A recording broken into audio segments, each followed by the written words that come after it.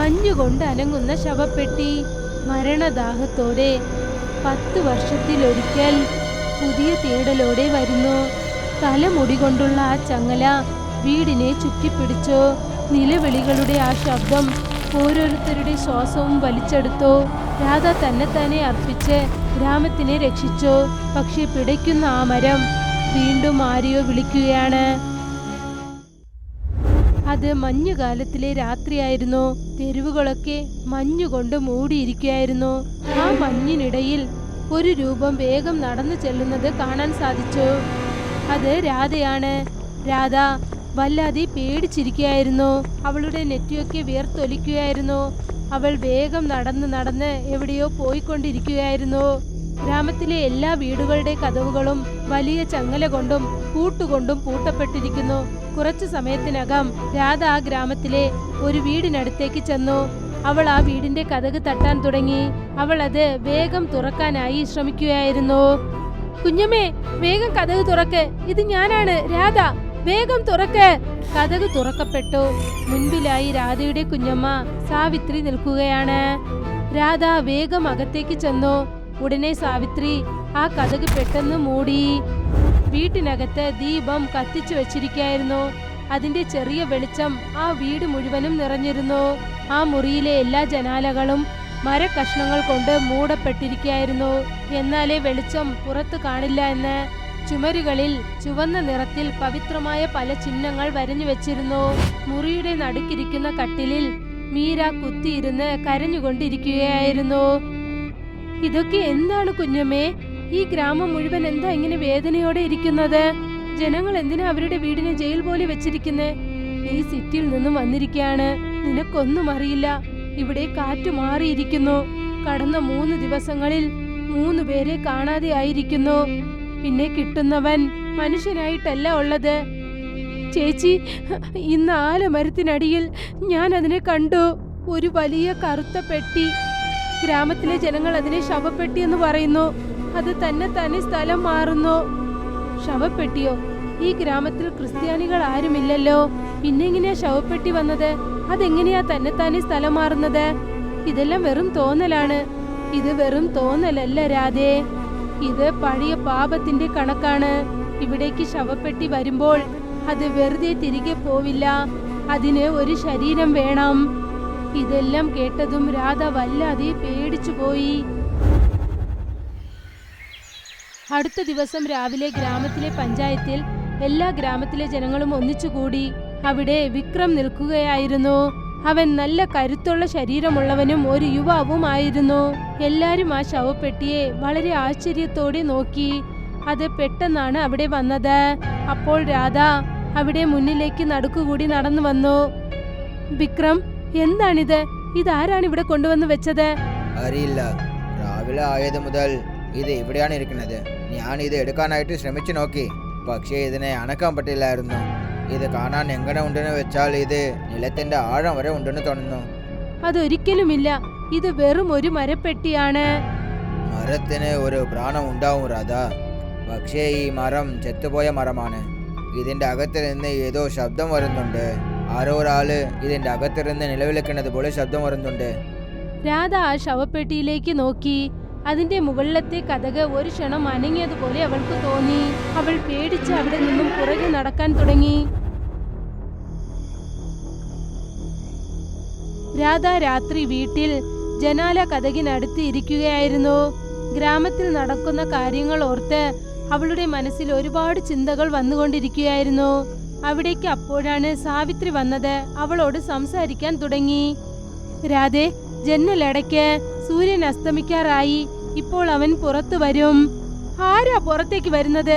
കുഞ്ഞമ്മേ, നിങ്ങൾ എന്താ എന്നോടൊന്നും തെളിയിച്ചു പറയാത്തത്? എനിക്ക് വല്ലാതെ പേടിയാകുന്നുണ്ട്. ഒരുപാട് വർഷങ്ങൾക്ക് മുൻപ് ഈ ഗ്രാമത്തിൽ ഒരു ആശാരി ഉണ്ടായിരുന്നു. അദ്ദേഹം വളരെ അത്യാഗ്രഹിയായിരുന്നു.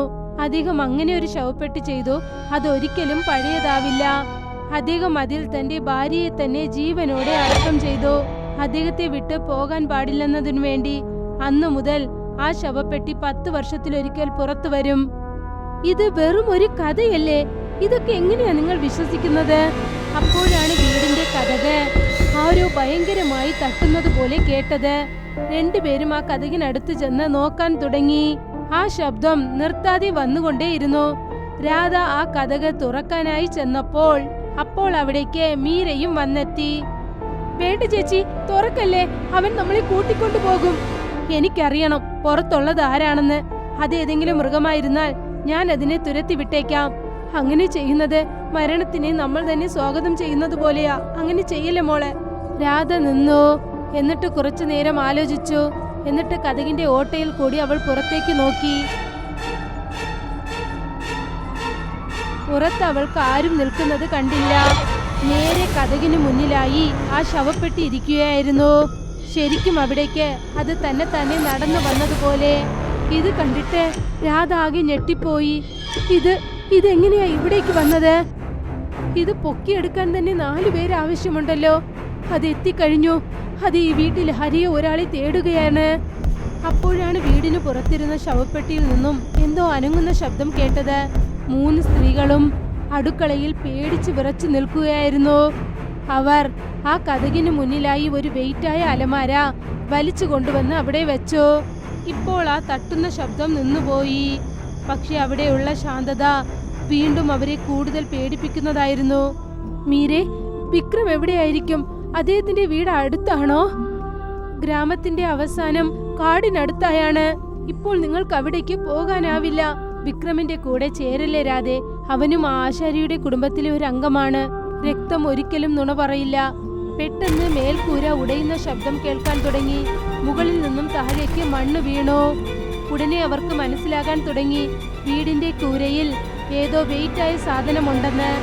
രാധയ്ക്കിപ്പോൾ മനസ്സിലായി അവൾക്കിങ്ങനെ മറഞ്ഞിരിക്കാൻ സാധിക്കില്ലെന്ന്. ഉടനെ രാധ പുറകിലുള്ള ചെറിയ വാതിലിൽ കൂടി പുറത്തേക്ക് ചെന്നു.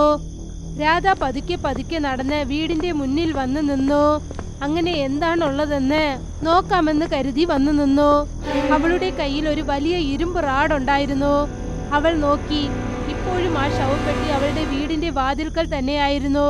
ഇപ്പോൾ അതിന്റെ മുകൾ ഭാഗം ചെറുതായി തുറന്നിരുന്നു. രാധ വളരെ ധൈര്യത്തോടെ മുന്നിലോട്ട് വന്നു.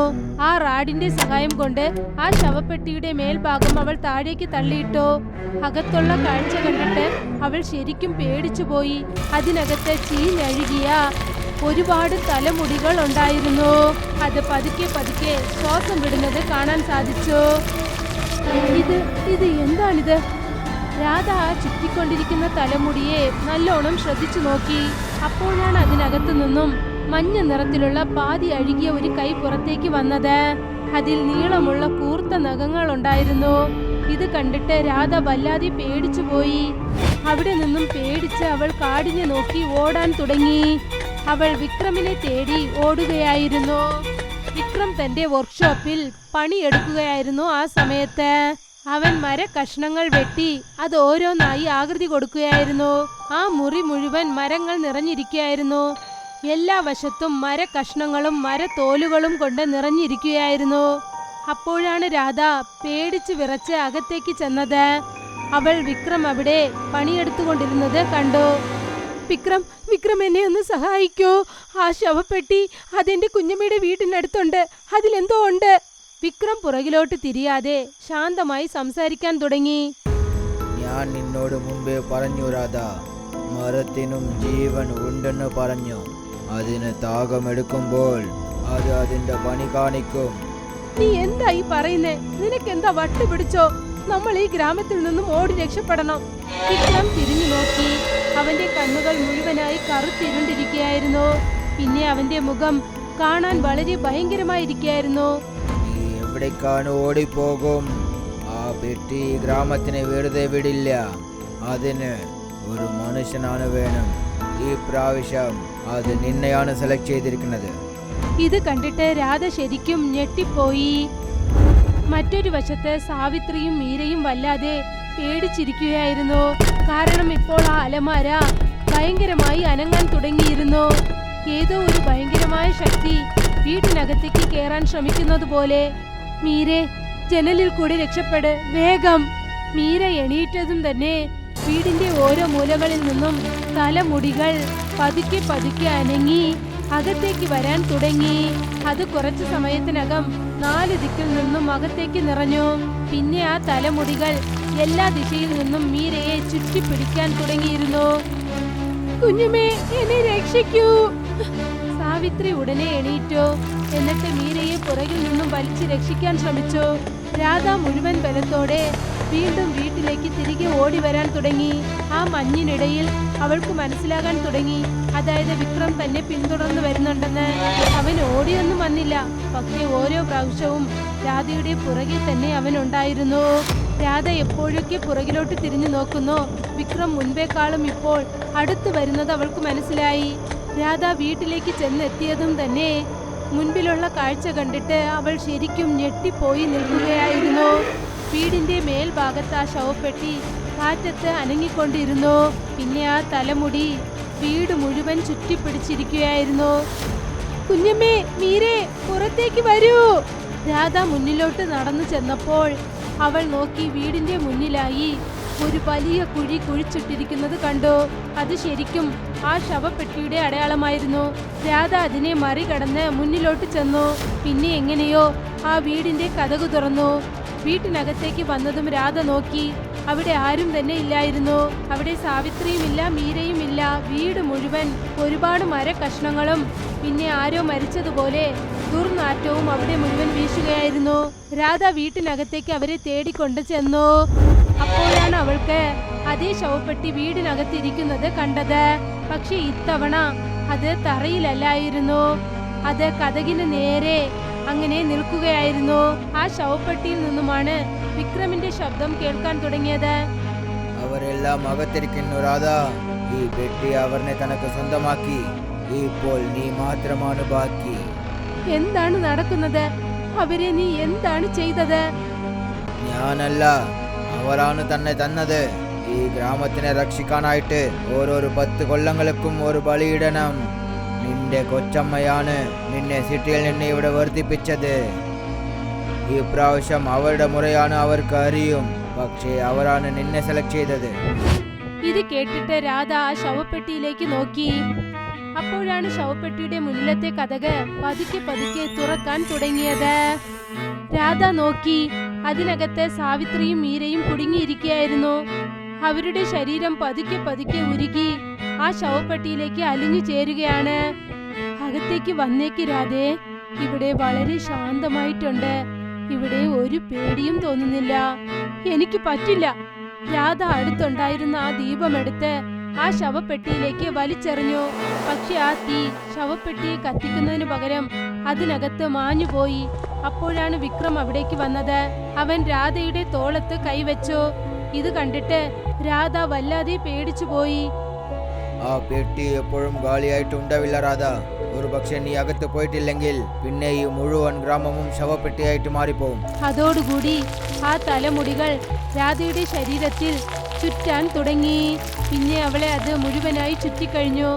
അങ്ങനെ ഇതിന് ജീവൻ വേണമെങ്കിൽ തീർച്ചയായും ജീവൻ കിട്ടും. ആരാണോ ഇത് തുടങ്ങിയത് അവന്റെ ജീവൻ. രാധ പെട്ടെന്ന് വിക്രമിന്റെ കയ്യിലേക്ക് പിടിച്ചു. അവൾ ഇങ്ങനെ ചെയ്തതും തന്നെ ആ തലമുടികൾ പതുക്കെ വിക്രമിന്റെ കയ്യിലും ചുറ്റാൻ തുടങ്ങി. നീ ആശാരിയുടെ രക്തമല്ലേ, ഇത് നിനക്ക് കിട്ടേണ്ടതാണ്. രണ്ടുപേരും ഒന്നിച്ച് ആ ശവപ്പെട്ടിയുടെ അകത്ത് ചെന്നു. പിന്നെ അതിന്റെ കതക് തന്നെത്താനെ മൂടപ്പെട്ടു. അതിനുശേഷം ആ മുഴുവൻ വീടും വലിയ ശാന്തത കൊണ്ട് മൂടപ്പെട്ടു.